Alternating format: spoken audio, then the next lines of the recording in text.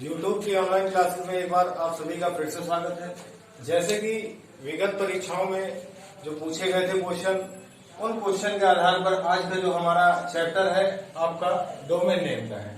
तो domain name क्या होता है इसके बारे में आज हम जानना चाहेंगे। तो डोमेन नेम के बारे में हम बताएंगे आपको। ये आपका इंटरनेट का टॉपिक है, इंटरनेट में पूछे जाने वाले क्वेश्चन है। ये आपके ऑल इंडिया कॉम्पिटिटिव एग्जामिनेशन में ये क्वेश्चन पूछे जाते हैं।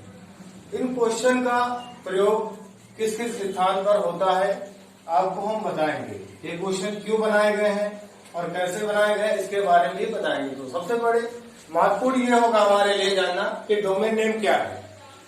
डोमेन नेम एक वेबसाइट का सबसे आखिरी भाग होता है जिसे हम अद्वितीय एड्रेस के नाम से जानते हैं। अद्वितीय एड्रेस क्या होता है इसके बारे में आपको हम बताना चाहेंगे। जैसे मान लीजिए कोई एक मैं वेबसाइट लिख रहा हूं यहां पर www.google.com www.google.com। यहां पर सबसे पहले हम जानेंगे ये .com क्यों लिखा गया है। तो .com तो यहां पर मैंने अर्थ लिखा है साफ साफ। .com पर अर्थ लिखा है कॉमर्शियल। कॉमर्शियल का मतलब होता है वाणिज्यिक। वाणिज्यिक होता है, वाणिज्यिक का शुद्ध हिंदी रूप होता है व्यापार। शुद्ध हिंदी रूप होता है व्यापार। तो ऐसी वेबसाइट जो व्यापार से संबंधित कार्यों के लिए बनाई गई हो, ऐसी वेबसाइट जो व्यापार संबंधित कार्यों के लिए बनाई गई हो। तो यहाँ पर .com क्या दर्शाता है? .com आपका दर्शाता है व्यापार के लिए। तो .com का अर्थ होता है यहाँ पर कॉमर्शियल। क्या होता है? .com का यहाँ पर कॉमर्शियल।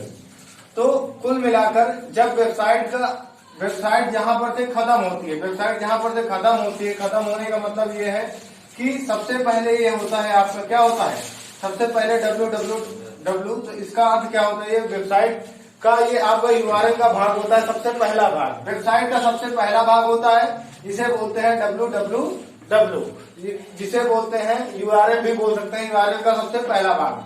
www का पूरा नाम होता है वर्ल्ड वाइड वेब, जिसकी खोज किसने की थी? Tim Berners Lee. Uttar Pradesh police में पूछा गया क्वेश्चन है। www की खोज किसने की थी? टिम बर्नर्स ली, जिसे क्या बोलते हैं? वेबसाइट का सबसे पहला भाग। फिर उसके बाद आता है w के बाद .गूगल लगाया जाता है। गूगल क्या है? गूगल एक सर्च इंजन, जो इसके पहले मैं चैप्टर पढ़ा चुका हूँ। सर्च इंजन और वेब ब्राउजर के बारे में हमने बताया कि गूगल क्या है? गूगल एक सर्च इंजन है। फिर उसके बाद .com का क्या होता है? जैसे .in है, .com है, .edu है। तो जहां पर से सबसे आखिरी भाग होता है जब वेबसाइट का जो दूसरा भाग होता है, दूसरा भाग का मतलब कि पहला भाग ये हो गया, दूसरा भाग यहाँ से ये माना जाता है। तो जहां पर से दूसरा भाग होता है तो वो क्या कहलाता है? हमारा वेबसाइट का डोमेन नेम। क्या कहलाता है? डोमेन नेम कहलाता है। तो डोमेन नेम से क्या पहचाना जाता है? पूरा डोमेन नेम न लिखकर उसे शॉर्ट में लिखा जाता है। जैसे कॉमर्शियल नेम न लिखकर क्या लिखा गया? .com। तो यहाँ पर जो हमारी परीक्षाएं हैं, परीक्षाओं में जो क्वेश्चन पूछा गया है डोमेन नेम क्या होते हैं, डोमेन नेम के बारे में मैंने बताया है। डोमेन नेम क्या होता है? वेबसाइट का दूसरा भाग। वेबसाइट का क्या? दूसरा भाग। डोमेन नेम क्या होता है? वेबसाइट का जो दूसरा भाग होता है, यही डोमेन नेम कहलाता है। तो डोमेन नेम कितने प्रकार के होते हैं ये पूछे जाते हैं।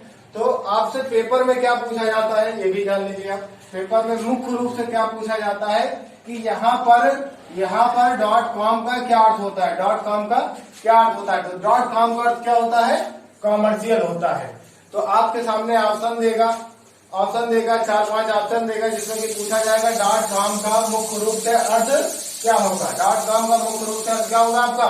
कॉमर्शियल। फिर उसके बाद पूछेगा इसी तरीके से कोई वेबसाइट अगर बनाई जाती है तो वहां पर अगर लिख देगा www. सरकारी रिजल्ट.in, यदि लिखता है www.सरकारी रिजल्ट.in, अगर ये लिख देता है, मान लीजिए ये लिखता है www.सरकारी रिजल्ट.in, तो .in से क्या दर्शाता है? .in का मतलब क्या होता है? ऐसी वेबसाइट जो इंडिया के लिए बनी हो, ऐसी वेबसाइट इंडिया के लिए बनी हो। मतलब .in का अर्थ क्या होता है? इंडिया। अगर लास्ट में .in दिखाई देगा आपको तो क्या बताता है वेबसाइट? वेबसाइट यह बताती है कि यह वेबसाइट इंडिया के लिए दर्शाई गई। यही चीज अगर डॉट इन न लिखकर डॉट यूके लिख दिया जाए, क्या लिख दिया जाए, डॉट यूके, डॉट यूके हम लिखते हैं तो ये वेबसाइट किसके लिए बन जाती है, यूनाइटेड किंगडम, मतलब ये किस देश के लिए वेबसाइट बनी है, यूनाइटेड किंगडम मतलब अमेरिका के लिए। ठीक, फिर अगर या तो यहाँ पर डॉट इन की जगह पर कुछ ऑप्शन मैंने नहीं लिखे हैं, बता दे रहा हूं, मान लीजिए पूछा जाए तो आप बता सकते हो। जैसे ऑस्ट्रेलिया है तो ऑस्ट्रेलिया को पूरा ऑस्ट्रेलिया ना लिखकर हम क्या लिखते हैं, एयू लिखते हैं, क्या लिखते हैं, एयू से ऑस्ट्रेलिया को दर्शाया जाता है।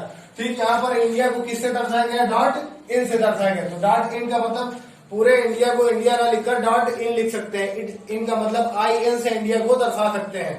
तो इंडिया पूरा ना लिखकर डॉट इन लिखा गया, तो ये क्या हुआ आपका डोमेन नेम। तो इंडिया से आप दर्शा सकते हो, मतलब ये वेबसाइट किसके लिए बनी है, इंडिया के लिए। यदि डॉट एयू लिख दिया जाए तो ये किसके लिए बनी है, ऑस्ट्रेलिया के लिए। यदि फ्रेंच के लिए बनी हो या तो फ्रांस के लिए बनी हो, जब कोई वेबसाइट फ्रांस के लिए बनी हो तो यहाँ पर लास्ट में क्या लिख दिया जाएगा, यहाँ पर डॉट FR। तो ये वेबसाइट कहाँ के लिए बन गई है, फ्रांस के लिए बन गई। तो इस तरीके से निम्न रूप में अलग अलग जब आप वेबसाइट देखते हैं या कोई फॉर्म भरने जाते हैं तो वहां पर ये शब्द लिखे रहते हैं, लास्ट में ये शब्द लिखे रहते हैं कि आप जब कोई वेबसाइट खोलते हो तो वहां पर .com लगाते हो, .gov लगाते हो, .mil ये सब लगाते हो लास्ट में। तो आप इसके बारे में ये जानेंगे इनका पूरा अर्थ क्या होता है, जो वेबसाइट का दूसरा भाग होता है।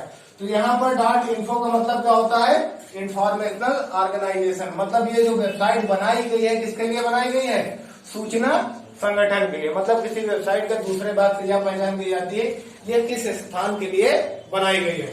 तो .info का मतलब क्या हुआ, इंफॉर्मेशनल ऑर्गेनाइजेशन, मतलब ये वेबसाइट सूचना संगठन के लिए बनाई गई है। .com अगर किसी वेबसाइट के अंत में आपको दिखाई दे तो यह वेबसाइट कॉमर्शियल मतलब व्यापारिक या वाणिज्यिक संस्थाओं के लिए बनाई गई है। यदि .gov लिखा जाए तो सीधा सीधा हम मान लेंगे यह वेबसाइट एक सरकारी वेबसाइट है। वेबसाइट के आखिरी भाग में यदि आपको .gov दिखाई दे तो आप सीधे सीधे मान लेंगे ये किसकी वेबसाइट है, सरकारी, मतलब ये वेबसाइट सरकार की है, मतलब कि इससे यह पहचाना जाता है ये सरकार अपने जो कार्य करती है .gov लगाती है वेबसाइट के अंत में।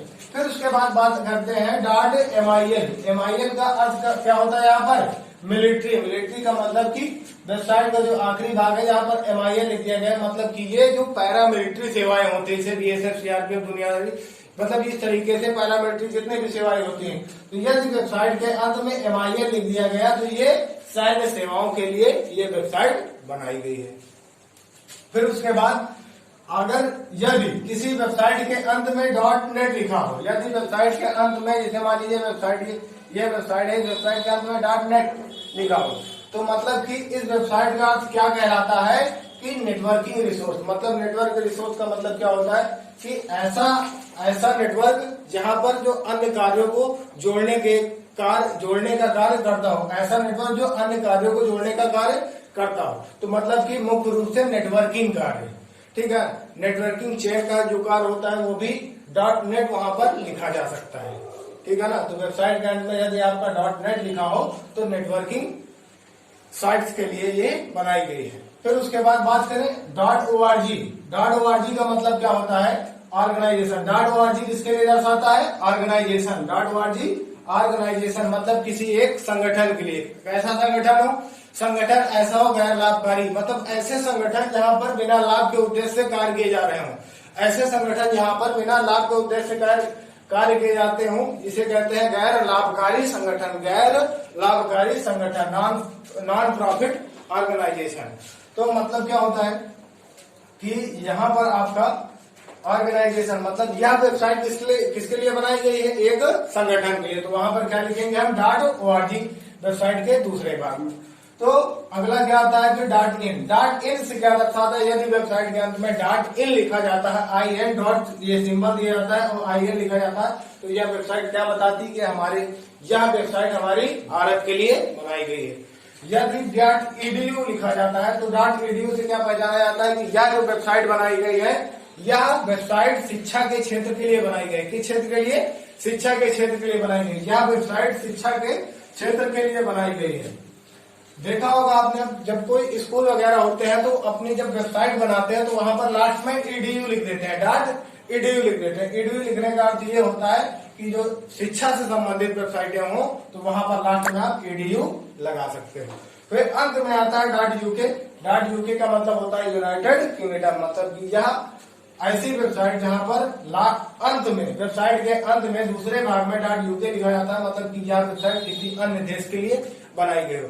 यदि हम अन्य देश की पहचान करना चाहें तो ये भी हम ध्यान दे सकते हैं, .uk की जगह पर .fr, जैसे मैंने अभी बताया था, .fr लिख सकता है, .au लिख सकता है। ठीक, अन्य देश का मतलब कि पूरा नाम न लिखना, शॉर्ट में लास्ट में लिख सकता है, तो जिससे हम ये पहचानेंगे कि ये दूसरे देश के लिए वेबसाइट बनाई गई है। तो मुख्य रूप से हम यहाँ पर ये जानना चाहेंगे कि जो वेबसाइटें मैंने आपको बताया है कि यहाँ पर जितनी भी चीजों को बताया है, पेपर में आपसे क्या पूछा जाता है ये जानिए। पेपर में ये पूछा जाता है कि .com क्या है। .com एक डोमेन नेम है, डोमेन नेम मैं बता चुका हूँ, .com एक डोमेन नेम है। फिर .com का पूरा अर्थ क्या होता है, कॉमर्शियल। .com का पूरा अर्थ क्या होता है, कॉमर्शियल होता है। ये किसके लिए होती है, वाणिज्यिक संस्था के लिए। ठीक इसी तरीके से अन्य का भी यही रूप दिया गया है। .gov किसके लिए है, गवर्नमेंट ऑर्गेनाइजेशन के लिए। .edu किसके लिए है, एजुकेशनल ऑर्गेनाइजेशन के लिए है, मतलब शिक्षा के लिए। मतलब आपसे दे देगा .edu, निम्न में से ऑप्शन चुने, तो आपको देगा पहला वाणिज्यिक। क्वेश्चन रहेगा .edu, ध्यान से सुनिएगा, .edu क्वेश्चन लिखेगा ये किससे संबंधित है, यहाँ किससे संबंधित है। पहले देगा सरकारी, दूसरा देगा सैन्य, तीसरा देगा नेटवर्क संस्था, चौथा देगा शैक्षणिक। तो .edu किससे संबंधित है, edu का मतलब क्या होता है, एजुकेशन। किससे संबंधित है, शैक्षणिक संस्था से संबंधित है। तो यहाँ पर मैंने आपको डोमेन नेम की जानकारी दी है। इससे ये पता चलता है कि डोमेन नेम यदि हमारे किसी भी परीक्षा में आ जाएगा तो हम उसे नहीं छोड़ेंगे। तो मुख्य रूप से मैंने डोमेन नेम की आपको जानकारी दी है। यदि इसे आप अच्छे से रीड करेंगे तो आपको अच्छी जानकारी मिलेगी। धन्यवाद।